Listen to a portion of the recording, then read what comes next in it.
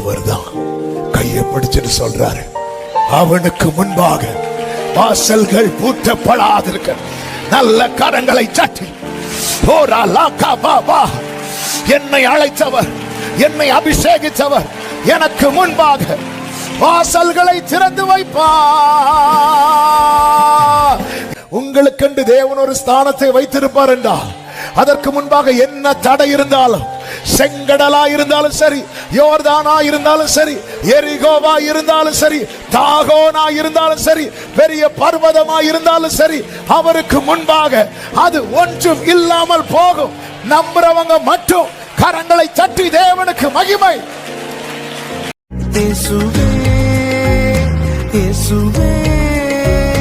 தீர்க்கதரிசன புஸ்தகம் 45வது அதிகாரம் அதனுடைய 1வது வசனம்.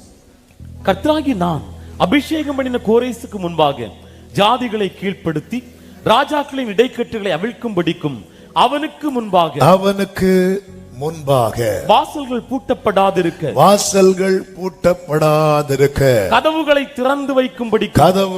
திறந்து வைக்கும் படிக்கும் அவனை பார்த்து அவன் வலது கையை பிடித்துக் கொண்டு அவனுக்கு சொல்லுகிறதாவது.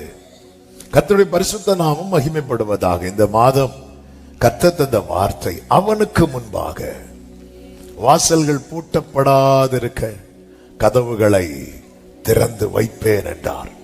யாருக்கு முன்பாக? கர்த்தர் அழைத்து அபிஷேகம் பண்ணினவனுக்கு முன்பாக.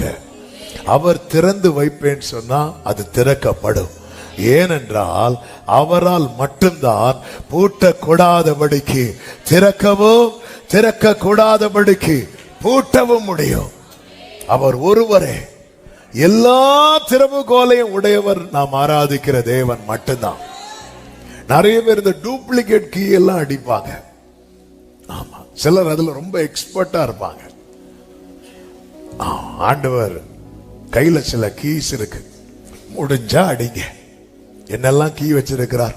மரணத்தின் திறவுகோலை வச்சிருக்கிறார், பாதாளத்தின் திறவுகோலை வச்சிருக்கிறார். கர்த்தருக்கு மகிமை உண்டாவதாக. இயேசு கிறிஸ்து மரித்து அந்த பரதீஸ் ஓபன் ஆகிறது வரைக்கும், அதற்கு முன்பாக மரிக்கப்பட்ட அத்தனை பரிசுத்தவான்களும் பாதாள அறையில் தான் அடைக்கப்பட்டிருந்ததை வேதம் நமக்கு காண்பிக்கிறது. எனவேதான் 1 பேதுரு 3 சொல்லப்பட்டிருக்கிறது, அவர் தம்முடைய ஆவியிலே அவைகளிடத்தில் போய் காவலில் வைக்கப்பட்டவர்களிடத்தில் பிரசங்கித்தார் என்று சொல்லப்பட்டிருக்கிறது. அந்த பிரசங்கித்தார் என்கிற வார்த்தைக்கு சரியான அர்த்தம் என்னவென்றால், அவர் பிரகடனப்படுத்தினார். எதை பிரகடனப்படுத்தினார் தெரியுமா? தம்முடைய ஜெயத்தை பிரகடனப்படுத்தினார். ஆமா, காரணம் இயேசு இல்லாம யாருக்குமே அந்த இளைப்பாறுதலுக்குள்ள என்ன செய்ய முடியாது, போக முடியாது. எனவேதான் ஆபிரகாம் என்னுடைய நாளை காண ஆசையா இருந்தான். சிருஷ்டியானது தவித்து கொண்டிருந்தது. எனவேதான் இயேசு மரித்த போது வேதத்தில் ஒரு வார்த்தை இருக்கிறது, மரித்தவர்கள் உயிரோடு இருக்கிறவர்களாக காணப்பட்டார்கள் என்று. அதன் அர்த்தம் அவங்க எழும்பி பூமியில திரும்பி வாழ்ந்தார்கள் என்றல்ல. அவர்கள் எல்லாரும் எங்க என்றானாங்க தெரியுமா? பரதீசுக்குள்ள என்றானாங்க. இது தேவன் பாராட்டின கிருபை. ஆமென். அதன் அர்த்தம் என்ன? எந்த பாதாள அறையும் திறக்கிற வல்லமை உள்ளவர் தான் நாம் ஆராதிக்கிற தேவன். நல்ல கரங்களை தட்டி ஆமென், ஆமென், ஆமென், ஆமென். ஆபிரகாம் வீட்டை விட்டு ஓடுறான். எனக்கு கொடுமை தாங்க முடியல. சாராள் கொஞ்சம் கடினமா நடத்துறாங்க. இந்த அம்மா மூஞ்சி வச்சுட்டு சும்மா இருக்க வேண்டியதானே. கர்ப்பவதி ஆனதும் சாராளை பார்த்ததும் அப்படின்னாங்க. நான் சொல்ல வா உன வச்சுக்கிறேன். நேர ஆபிரகாம்கிட்ட போய் ஓடு ஒரே அழுக. ஆபிரகாம் இங்க பாருமா, வேலைக்காரி என்ன பண்ணணுமோ லைசன்ஸ் இல்லாமலே நம்ம வண்டி ஓட்டுற ஆட்கள். லைசன்ஸ் கிடைச்சா விட்டா வைப்பாங்க. லெப்ட் ரைட் வாங்கிட்டாங்க. தண்ணி எடுத்துட்டு வா, அதை எடுத்துட்டு வா, இதை எடுத்துட்டு வா. இவங்களுக்கு வயிற்றுல பிள்ளை, ஒண்ணும் பண்ண முடியல. டார்ச்சர் தாங்க முடியாம ஓடுறாங்க. ஓடும்போது இனி சாராள் உயிரோடு இருப்பா. இது சாரி, ஆகாருக்கு இனி ஒரு லைஃப் உண்டானே தெரியல. வனாந்திரத்தில் அலைய ஆரம்பிக்கிறான். வயிற்றுல பிள்ளைய வச்சுட்டு ஓடுறான். இனி அந்த உள்ள இருக்கிற பிள்ளை ஆணா பெண்ணா தெரியாது. அந்த பிள்ளை இனி உயிரோடு இருக்குமா தெரியாது. ஒண்ணுமே தெரியாம இருக்கும்போது கர்த்தருடைய தூதனானவர் ஆகாருக்கு தரிசனமாகி சொல்றாரு, அந்த பிள்ளைக்கு இஸ்மவேல் என்று பெயர் வைப்பாயாக. ஆமென். நல்ல கவனமா கேளுங்க. அடுத்து சாராள். சாராளுடைய கற்பம் செத்து இருக்கிறது. கர்த்தர் ஆபிரகாம்கிட்ட பேசுறார், அவளாலே உனக்கு ஒரு குமாரன், அவனுக்கு ஈசாக்கு என்று பெயர் வைப்பாயாக. இஸ்மவேல் யாரு? தள்ளப்பட்டவன். ஈசாக்கு யாரு? தெரிந்தெடுக்கப்பட்டவன். தள்ளப்பட்டவனுக்கும் பேரு அவர்தான் வைக்கிறார், தெரிந்தெடுக்கப்பட்டவனுக்கும் பேர் அவர்தான் வைக்கிறார். நான் சொல்றது எத்தனை பேருக்கு புரிகிறது? அவருக்கு மேலாக ஒரு வல்லமை இல்லை. இருக்கிறவராகவே இருக்கிறவர் நான் ஆராதிக்கிற தேவன் சொல்றவங்க ஹல்லேலூயா, ஹல்லேலூயா. அனுதினமும் அறியணும், இது போதாது. ஹல்லேலூயா. நீங்க 100 தடவை பைபிளை படிச்சு முடிச்சாலும் உங்களுக்கு அல்லது நமக்கு அவரை குறித்து தெரிந்தது கடுகளவு மட்டுமே. 3.5 வருடம் மார்பில் சாய்ந்திருந்த யோவானுக்கு அவர் தம்மை பத்ம தீவில் வெளிப்படுத்தின போது பொட்டன விழுறான்.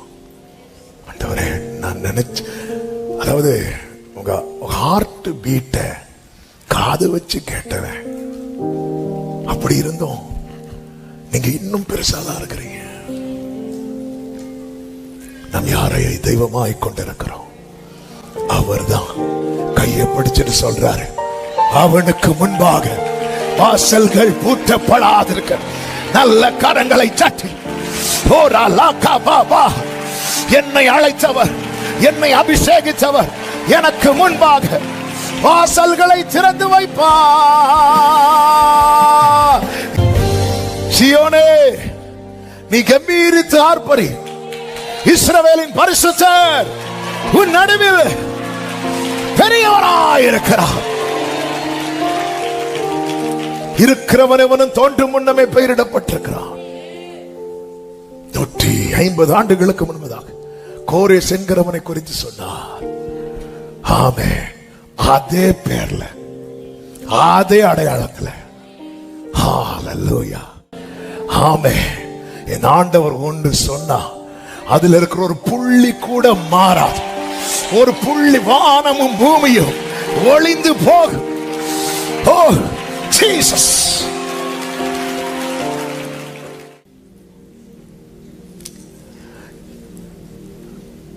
அவர் தமக்கு சொந்தமானதிலே வந்தார், சொந்தமானவர்களோ அவரை ஏற்றுக்கொள்ளவில்லை.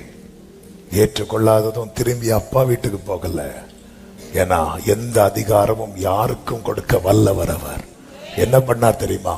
அவர் நாமத்தின் மேல் விசுவாசம் உள்ளவர்களாய் அவரை ஏற்றுக்கொண்டவர்கள் எத்தனை பேர்களோ அத்தனை பேருக்கும் பிள்ளைங்கிற அதிகாரம். சொந்தமானவர்கள் அவரை ஏற்றுக்கொள்ளாத போது சொந்தம் இல்லாதவர்களை சொந்தமாக்கினார். அப்படி சொந்தமாக்கப்பட்டவர்கள் தான் நாம் தேவனை ஆராதித்து கொண்டிருக்கிறோம். யாவே ராஃபா. கைகளை உயர்த்தி வர்ஷிப் பண்ணுங்க. ஏலோகி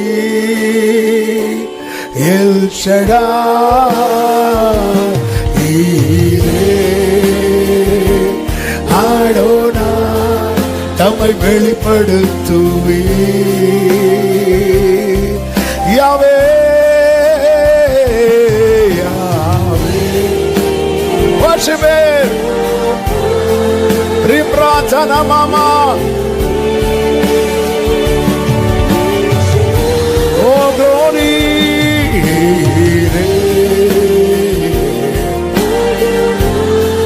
தம்மை வெளிப்படுத்துவே. கர்த்தருக்கு மகிமை உண்டாவதாக. கர்த்தர் இஸ்ரவேலரை பாபிலோன் கையில ஒப்புக் கொடுக்கிறார். நேபுகத்நேச்சர் வந்து எல்லாவற்றையும் நிர்மூலமாக்கி ஆலயத்தில் இருக்கிற பொக்கிஷங்களை எல்லாம் எடுத்துக்கொண்டு போய் தீக்கிரையாக்கி அநேகரை சிறைப்பிடித்து பாபிலோனுக்கு கொண்டு போகிறான். பாபிலோன் சாம்ராஜ்யம் ஒருவராலும் அசைத்து கூட பார்க்க முடியாதது. இதை தாண்டி தான் கோரேஸ் உள்ள வரணும். பாபிலோன் என்பது நாணல் அல்ல, அது ஒரு பெரிய சாம்ராஜ்யம்.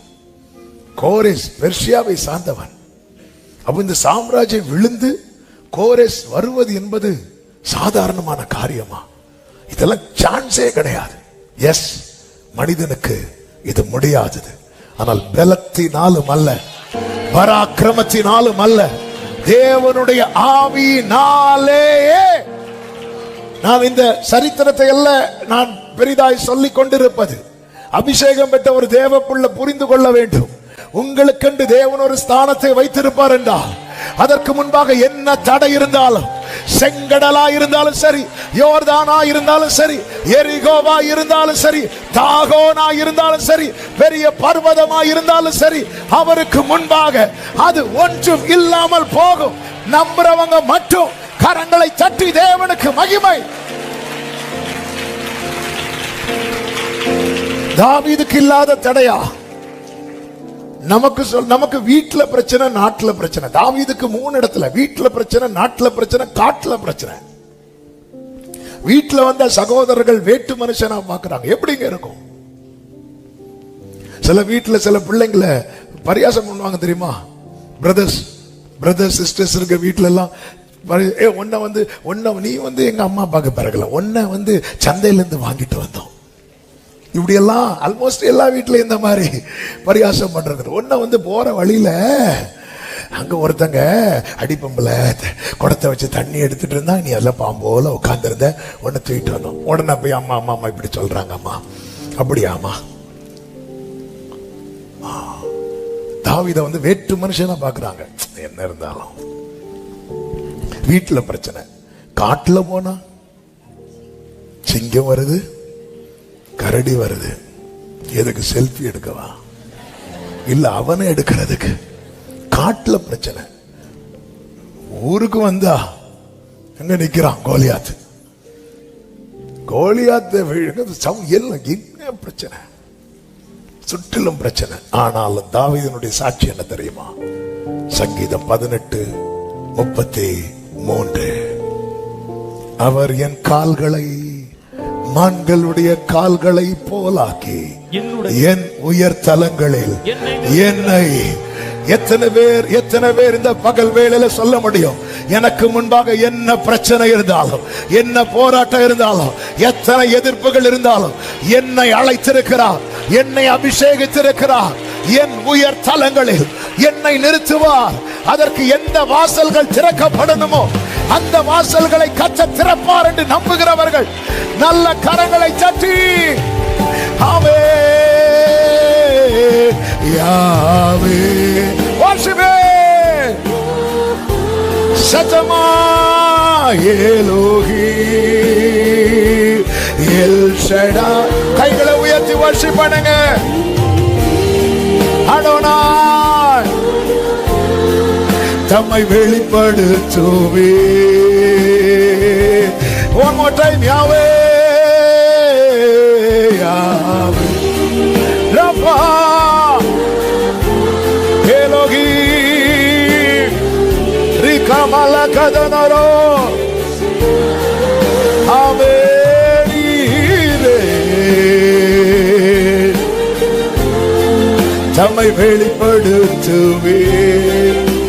பாபிலோன் எல்லாம் கைக்குள்ள, ராஜ்யங்கள் அவன் பிடியில, தன்னை வீழ்த்த ஒருவரும் இல்லை என்கிற நிலையில் இருக்கும் போதுதான் கர்த்தர் ஒரு சொப்பனத்தை கொடுத்தார். உலகத்தையே கலங்க வைத்தவன கர்த்தர் ஒரே ஒரு சொப்பனத்தை கொடுத்து கலங்க வச்சிட்டார். அது போலதான் பெல்ஷாத்சார். அதன் பிறகு வந்த ராஜா, அவனை எல்லாரும் புகழ்ந்துட்டு இருக்கும் போது ஆண்டவர் மனுஷ விரலை காட்டி அப்படி ஒரு லைன் எழுதினார். அதை பார்த்ததும் பெல்ஷாத்சாருக்கு இடுப்புக்கு கீழே தளர்ந்து முட்டெல்லாம் அடிக்குது. இவ்வளவுதான். பூமியில எவ்வளவு பெரிய சர்வாதிகாரியா இருந்தாலும் என் ஆண்டவருக்கு முன்பாக இவ்வளவுதான். ஆமென். என் தேவன் யார் தெரியுமா? ராஜாக்களை தள்ளி ராஜாக்களை ஏற்படுத்துகிறவர். நல்ல கரங்களை தட்டி கர்த்தருடைய கிரியை நடக்க போகிறது.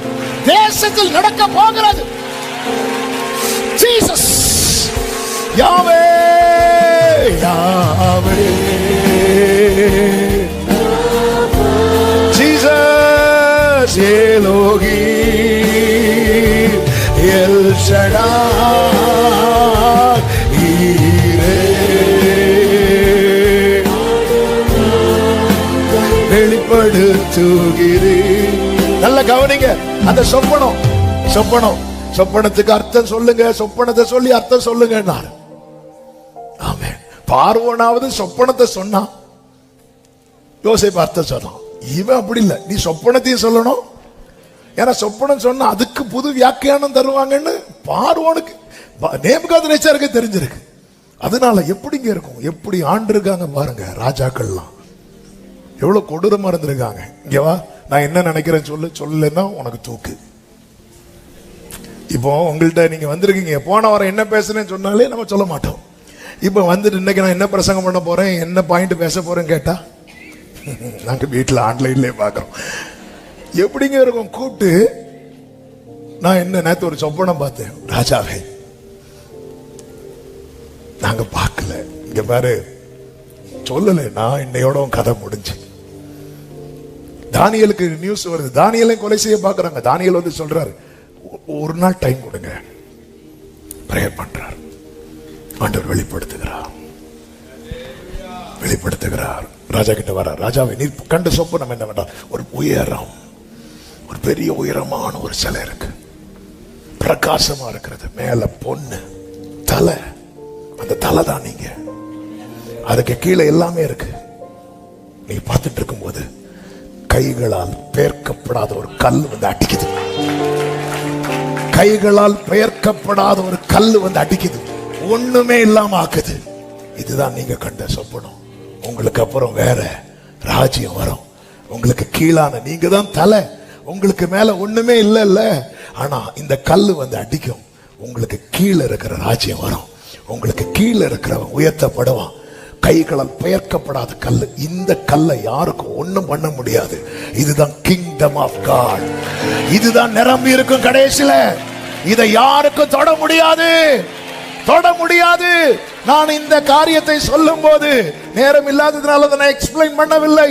இதை சொல்லும் போது ஒரு நற்செய்தியை சொல்லுகிறேன். கர்த்தர் உங்களை ஒரு ஸ்தானத்தில் கொண்டு வந்து நிறுத்த தீர்மானித்திருக்கும் போது, அதற்கு எதிராய் சத்துரு எழும்பி நின்றாலும் பரலோக ராஜ்யம் யுத்தம் பண்ணும். கைகளால் பெயர்க்கப்படாத கல் வந்து அடிக்கும். விசுவாசிக்கிறவர்கள் எஸ் worship ரிமாம்ரா ஜானாலரே எல் ஷடாய் ஈரே, glory தம்மை வெளிப்படுத்துகிறீர். கர்த்தருக்கு மகிமை உண்டாவதாக. கர்த்தர் பாபிலோனை விழத்தள்ளுகிறார்.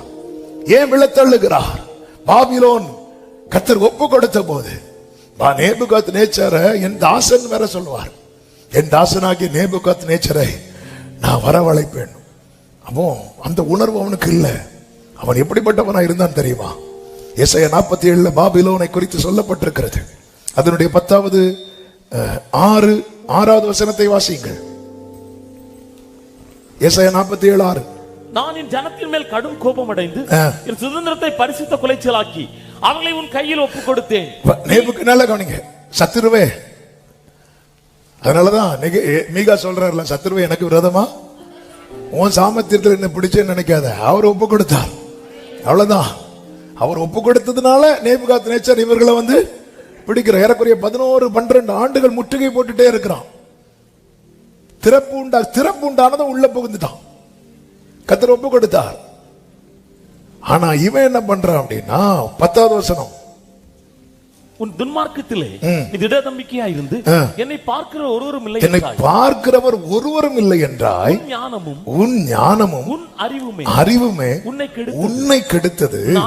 நான் தான், என்னை தவிர ஒருவரும் இல்லை என்று உன் இருதயத்தில் எண்ணினாய் அல்லவா. அடுத்த வசனம், ஆகையால் அடுத்த வார்த்தை கவனிங்க, அது எங்கே இருந்து உதித்ததென்று நீ அறியாய். நீ அதை நிவிர்த்தியாக்க மாட்டாய், நீ அறியாதபடிக்கு அறியாதபடிக்கு சடிதியாய் உண்டாகும். வாழ்க்கடிப்பு. ஆமே. தேவ பிள்ளைகளை புரிந்து கொள்ளுங்கள், கர்த்தருடைய ஜனமே. ஆமே. சத்துரு எவ்வளவு பெரியவனா இருந்தாலும் சரி, இதுக்கு மேல சான்ஸே கிடையாது என்கிற நிலையில அவன் தன் கூடாரத்தை போட்டாலும் சடிதியில அவனை இல்லாமல் ஆக்குகிற வல்லமை கர்த்தரிடத்திலிருந்து புறப்பட்டு வரும். பாபிலோனை தூக்குறாரு நேபுகாத்நேச்சர், அடுத்த ராஜாக்கள் எல்லாம் அடிக்கிறார், அடிச்சு கோரேசை கொண்டு வரார். நல்ல கவனமா கேளுங்க. இந்த நாட்களிலே சிறையிருப்புக்குள்ளே கட்டப்பட்ட நிலையில, சத்துருவின் கை ஓங்கின நிலையில யாராவது இருக்கிறீங்கன்னா, மனஸ்தாபப்படுகிறவரிடத்துல மன்றாடுங்கள். இன்னும் உங்கள் இருதயத்தை கடினப்படுத்தி கொண்டு இராதிருங்கள். காலம் தாண்டி கேட்பதினால் ஒரு பிரயோஜனமும் இல்லை. இது அனுக்கிரக காலம், இது இரட்சணிய நாள். ஆமே. யாக்கோபு பயிரிட்டு அந்த விளைச்சல் முளைக்க ஆரம்பிக்கும் போது கர்த்தர் வெட்டுக்கிளிகளை அனுப்பினாராம். வெட்டுக்கிளிகள் வந்து எல்லாம் ஆக்கினதும் ஆமோஸ் கத்துறான், ஆண்டவரே ஆண்டவரே யாருக்கு இப்படி செய்தீங்கன்னு பாருங்க, யாக்கோபு சிரித்து போனானே ஆண்டவரே. அப்படி சொன்னதும் கர்த்தர் மனஸ்தாபப்பட்டு அப்படி ஆவதில்லை என்றார். அதன் பிறகு யாக்கோபு மீண்டும் பாவம் செய்ய ஆரம்பிக்கிறான். யாக்கோபு என்றால் இஸ்ரவேல் ஜனங்கள். மீண்டும் கர்த்தர் அக்கினி அனுப்புகிறார். யாக்கோபு சிரித்து போனான். அப்பா, யாக்கோபுக்கு நீங்க கொடுத்த பிராமிஸ் என்ன? பலத்த ஜாதி ஆக்க வேண்டானே. அவன் சின்னதாயிட்டான், அவன் சிரித்து போயிட்டான். மனஸ்தாபப்பட்டு அப்படியெல்லாம் ஆகாதுப்பா, மன்னிச்சுட்டேன் என்கிறார். இது கிருபையின் காலம். யாக்கோபு பார்த்தா இது நல்லா இருக்கு, நான் தப்பு பண்ண அவர் மன்னிப்பார். இது போய் அந்த காலம் முடிந்து கர்த்தர் பிரமாணத்தை தூக்கு நூலாய் போடுறார். அவர் தூக்கு நூல் போடுறார். அவனவன் கிரியைக்கு தக்க அளக்கும்படி தூக்கு நூலை போடுகிறார். ஆமோஸ் 7 நான் சொல்லுகிற வார்த்தைகள் நேரம் இல்லாததுனால் எடுத்து வாசிக்கல. எப்போ தூக்கு நூலை போட்டாரோ இனி நான் மன்னிக்க மாட்டேன்ட்டாரு. அதன் அர்த்தம் என்ன? இனி நீ எவ்வளவு அழுதாலும் நோ யூஸ். காலம் கடந்து எதை செய்தாலும் எந்த பிரயோஜனம் இல்லை. காலம் கடந்து நான் செய்த கிரியைகள், வேதத்தில் 3 நபர்களை நமக்கு பார்க்க முடியும். ஒன்று ஏசா. அழ வேண்டிய காலம் கடந்த பிறகு அவன் அழுதான். அவன் எப்படி அழுதான் தெரியுமா? யாக்கோபு யாபோக்காற்றின் கரையில் அழுததை விட சத்தமிட்டு அதிகமாய் ஏசா அழுதான். காலம் கடந்து அழுதான், காலம் கடந்து அழுதான். பிரயோஜனம் இல்லை. ஆனா யாக்கோபு பாருங்க, அவன் அழ வேண்டிய காலத்துல அந்த இரவுலே போய் உட்கார்ந்திருந்த அழுதான். காலம் கடந்து அழுததுனால, அதாவது கண்ணீருக்கு எவ்வளவு பலன் உண்டு தெரியுமா? ஆனா காலம் கடந்து விட்டது. No use. சவுல் காலம் கடந்து கர்த்தரை தேடினான். அவனை கர்த்தர் புறக்கணித்தார் என்று சொல்லும் போதே அவன் கர்த்தரை தேடி இருக்கணும். அவன் அதை செய்யாம என்னெல்லாம் பொல்லாப்ப செய்ய முடியுமோ எல்லாம் செய்து விட்டு கடைசியில கர்த்தரை தேட வரான் பாருங்க. வேதம் சொல்லுகிறது, அவனுக்கு ஒரு வார்த்தையும் வெளிப்படவில்லை. காரணம், காலம் கடந்து கர்த்தரை தேடினான். கர்த்தருக்கு மகிமை. நோயோஸ். தாவீதை பாருங்க, சவுல் பண்ண தப்பை விட தாவீது பண்ண தப்பு பெருசு. ஆனா நீ கர்த்தருக்கு முன்னாக இப்படி ஒரு தப்பு பண்ணிட்டேன்னு சொன்னதும் தேவ சமூகத்துல போய் சங்கீதம் 51 பாடுறார். அப்பா தள்ளிராதீங்க. உணர்ந்தான்.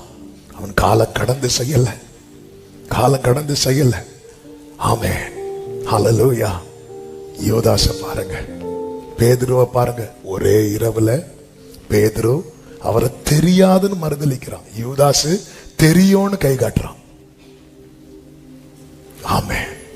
ஆனால் பேதுரு அந்த இரவிலே மனம் கசந்தான், மனஸ்தாபப்பட்டான். யூதாஸ் காலம் கடந்து நெக்ஸ்ட் டே காலம் கடந்து.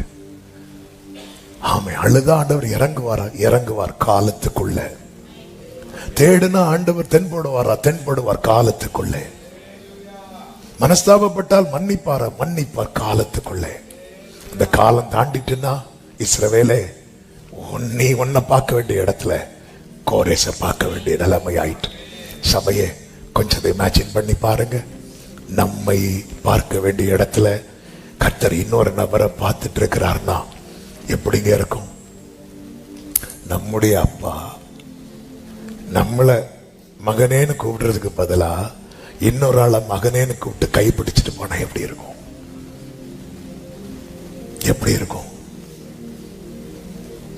ஆமா, 3 வருஷம் கூட இருந்த யூதாசுக்கு கிடைக்காதது சிலுவையில் அறையப்பட்ட ஒரு கள்ளனுக்கு கிடைக்குது. இஸ்ரவேலர்கள் இன்னும் அறியாமையில இருக்கிறாங்க. மேசியா வருவார்னு பார்த்துட்டு இருக்கிறாங்க. இஸ்ரவேலர்களுக்கு கர்த்தர் ஆபிரகாமுக்கு கொடுத்த ஆசீர்வாதங்கள் அவங்க மேல கர்த்தர் உண்மையுள்ளவர்னால அவங்களை யாருக்கும் தொட முடியல, இருந்துட்டு இருக்கிறாங்க. ஆனா ஒரு சத்தியம் தெரியுமா? அவர்கள் தேவனை பிதாவை நோக்கி கூப்பிடுவதை விட நாம கூப்பிடுறத அவர் ரொம்ப விரும்புறார். ஏன் தெரியுமா? நம்ம இயேசுவை தரித்திருக்கிறோம். எனக்கு தெரியும், இஸ்ரவேலர் கூப்பிடுறத விட நான் கூப்பிடுறது அவருக்கு பிடிக்கும். ஏன்னா இஸ்ரவேலர்கள்ட்ட இயேசு இல்ல, என்கிட்ட இயேசு இருக்கிறார். இஸ்ரவேலர்கள் அவர் அப்பான்னு கூப்பிடுறதை விட இரத்தத்தால் மீட்கப்பட்ட ஜனமே, நீ அவரை அப்பா பிதாவே என்று அழைக்கிறதை தான் பரலோகம் ஏற்றுக்கொள்ளுகிறது. கிறிஸ்து வந்ததுக்கு அப்புறம் யூதன் என்றும் கிரேக்கன் என்றும் வித்தியாசம் இல்லை. ஆனா அவங்க இன்னும் அந்த பழைய பாரம்பரியம், இன்னும் மிருகங்களையே பலி செலுத்தி கொண்டு அவர் வருவார் வருவார் என்று பார்த்து கொண்டு அறியாமலும் உணராமலும் இருக்கும் போது கர்த்தருடைய முகத்தை திருப்புறார். அன்று கோரேசின் பக்கம் திருப்பினது போலதான் நம் பக்கம் அந்த முகத்தின் வழி வீசப்பட்டது. இதுதான் ஏசாயா 49வது அதிகாரம். ஏசாயா 49வது அதிகாரம் அதனுடைய 5வது வசனத்தை வாசியுங்கள். யாக்கோபை தம்மிடத்தில் திருப்பும்படி நான் தாயின் கர்ப்பத்தில் இருந்தது முதல் கர்த்தர் தமக்கு தாசனாக என்னை உருவாக்கினார். இஸ்ரவேலோ சேராதே போகிறது. ஆகிலும் இயேசு கிறிஸ்துவை குறித்த தீர்க்க தரிசன வார்த்தை, யாக்கோபை தம்மிடத்தில் திருப்பும்படிக்கு கர்த்தர் என்னை உருவாக்கினார். இஸ்ரவேலோ சேராதே போகிறது. ஆகிலும் கர்த்தருடைய பார்வையில நான் கனமடைவேன், என் தேவனின் பலனாய் இருப்பார். அடுத்த வசனம், யாக்கோபின் கோத்திரங்களை எழுப்பவும் இஸ்ரவேலில் காக்கப்பட்டவர்களை திருப்பவும் நீர் எனக்கு தாசனாக இருப்பது. இஸ்ரவேலுக்கு மட்டும் நீர் எனக்கு தாசனா இருப்பது எனக்கு அற்ப காரியமா இருக்கிறது. நீர் பூமியின் கடைசி பரியந்தமும் என்னுடைய ரட்சிப்பா இருக்கும்படிக்கு உம்மை ஜாதிகளுக்கு ஒளியாக அப்படி தேவனால் ஏற்படுத்தப்பட்டு ஜாதிகளுக்கு ஒளியாக. ஜனங்கள் ஜாதிகள், பைபிள்ல இதை பார்க்க முடியும். ஜாதிகள்னு யாரு சொல்லப்பட்டிருக்குதுன்னா புற ஜாதிகள். ஜனம்னு யாரு சொல்லப்பட்டிருக்கிறது? இஸ்ரவேலர்களை. இப்போ இஸ்ரவேலர்கள் என்ன பண்றாங்கன்னா, சேராம போகும்போது ஜாதிகளை ஜனமாக்குறார். அதான் பைபிள்ல இருக்கு, எனக்கு ஜனம் அல்லாதவர்களை நான் என் ஜனம் என்றும் பிள்ளைகள் அல்லாதவர்களை பிள்ளைகள் என்றும்.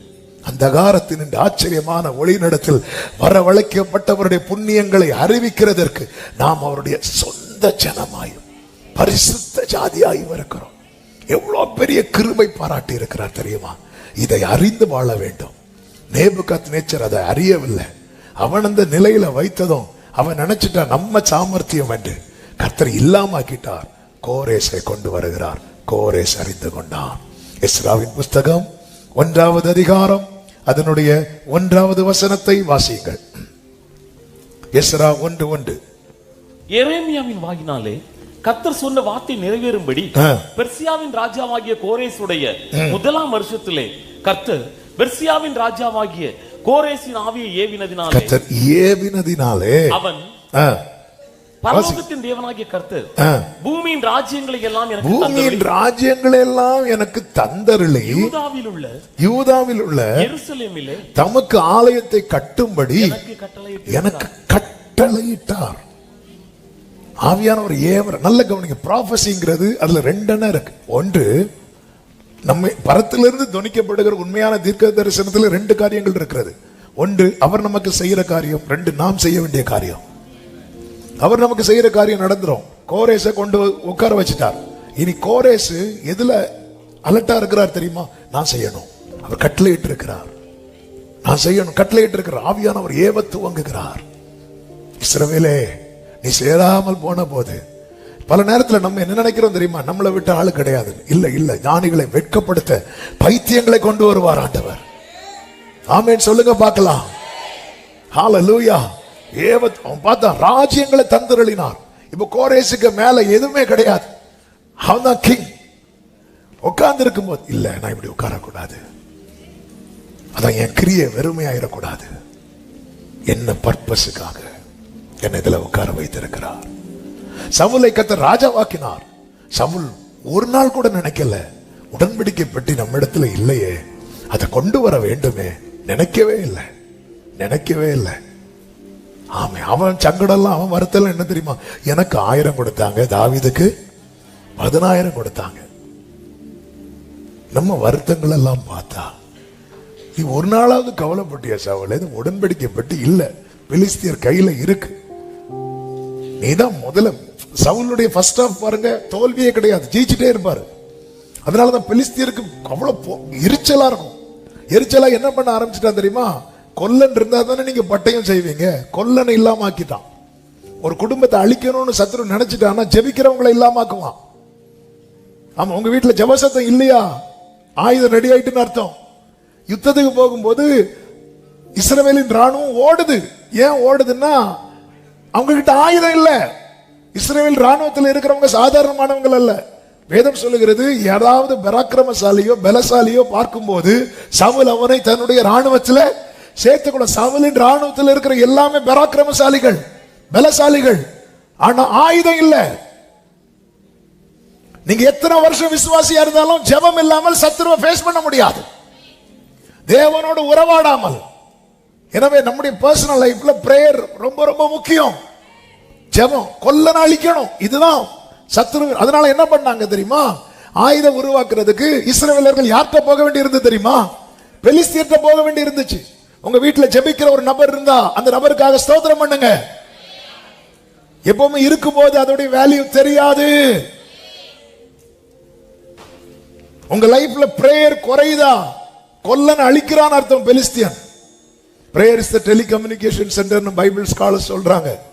2 நாட்டுக்கு யுத்தம் வரும்போது அந்த கம்யூனிகேஷன் சென்டர்ல தான் பாம்பு போடுவாங்க. எதுக்கு தெரியுமா? இன்ஃபர்மேஷன் பாஸ் ஆயிடக்கூடாது, இன்ஃபர்மேஷன் வேற யாருக்கும் ஸ்ப்ரெட் பண்ணிடக்கூடாது.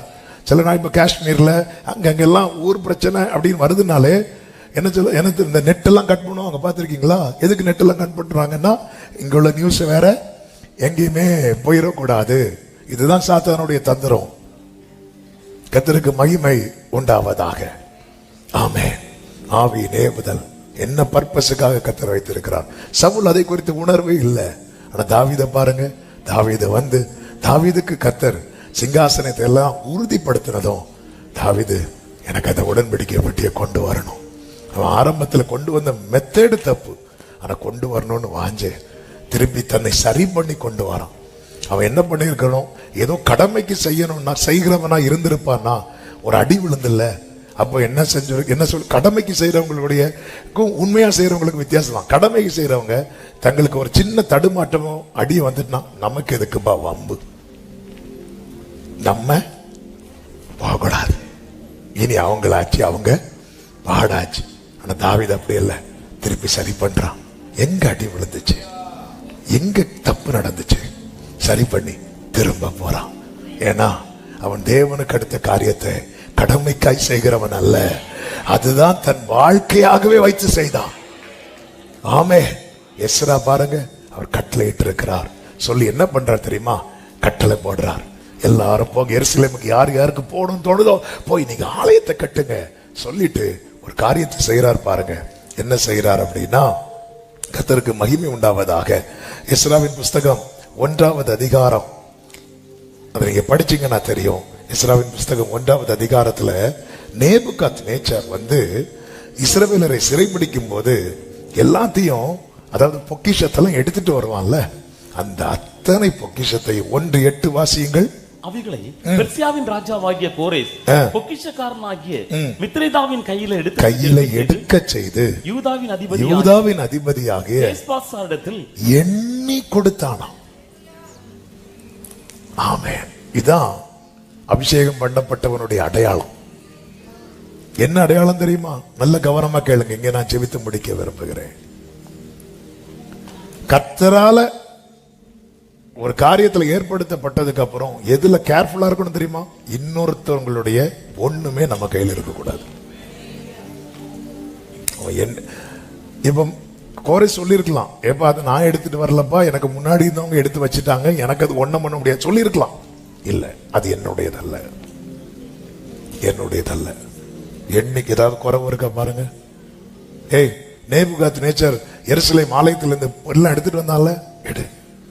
அபிஷேகம் பண்ணப்பட்ட தேவ பிள்ளையை, கர்த்தரை ஆராதிக்கிற தேவ பிள்ளைகளை வேற ஒருத்தங்களுடைய ஒண்ணு நம்ம கிட்ட இருக்க கூடாது.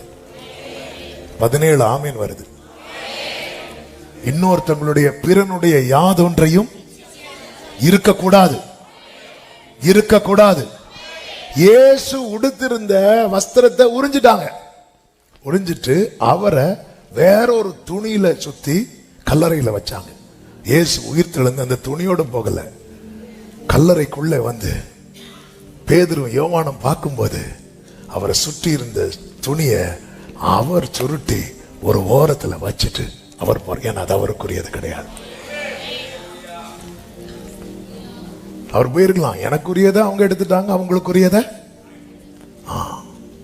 என்னங்க என்னங்க ஒரு மாதிரி இருக்கிறீங்க? இல்ல இல்ல இல்ல, நான் போட்டு வந்த செருப்பை காணல, அதனால கிடைச்ச செருப்பை நான் போட்டுட்டு அப்படி இல்ல, நான் போட்டுட்டு வந்தேன் காண்டல, அதனால ஆமா, கிடைச்சதை போட்டு வந்தேன், போட்டதுதான் போட்டேன், நல்லதா போடப்படாதா.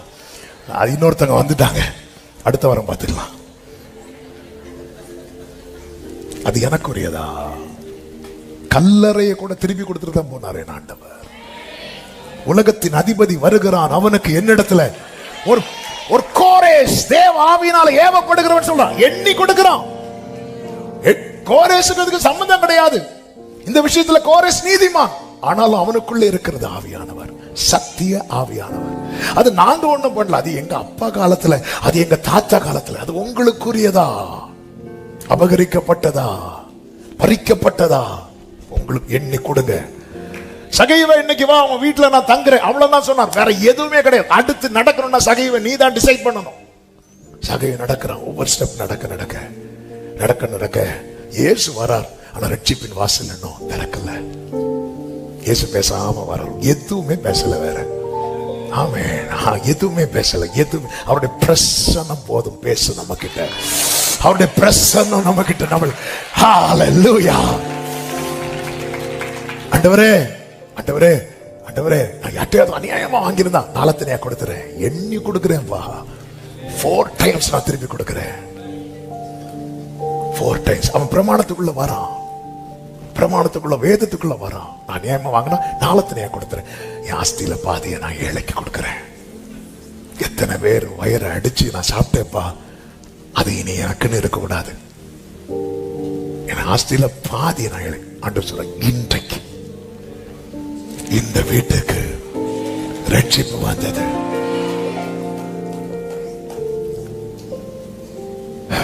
கர்த்தரால் உரைக்கப்பட்டது நிறைவேறிக் கொண்டிருக்கும். கர்த்தர் செய்ய வேண்டியதை செஞ்சுட்டு தான் இருக்கிறார். நாம செய்ய வேண்டியதை செய்யறோமா? அதுக்கு தான் வாசலை திறந்து வைக்கிறார்.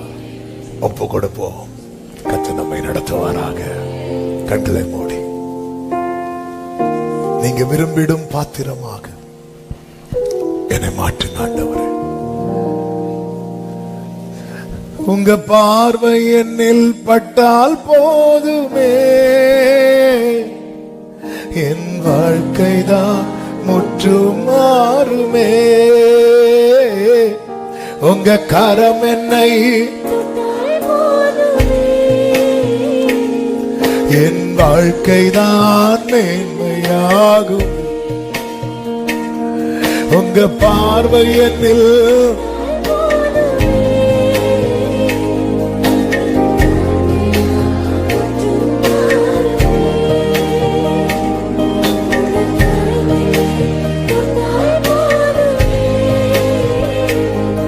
என் வாழ்க்கைதான்,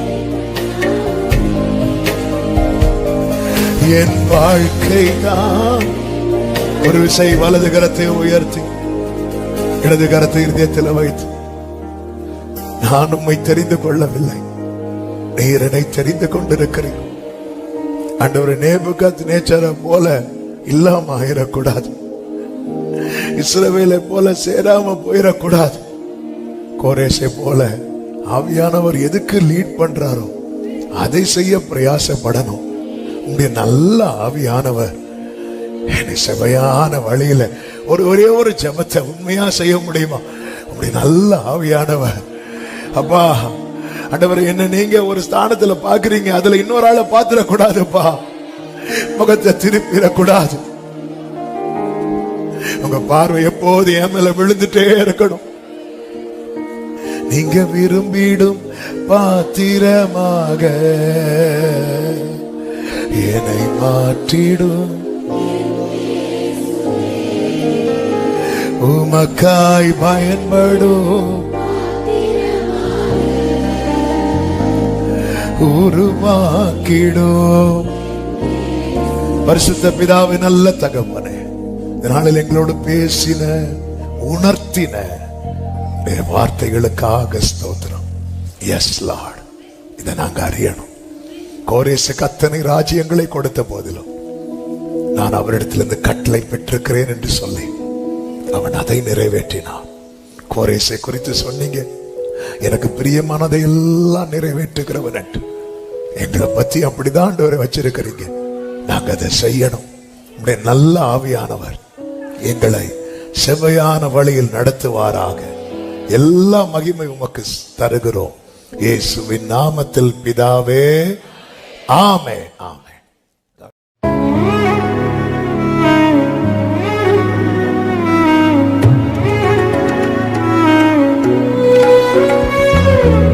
நானும் கர்த்தாவே உம்மை நம்பி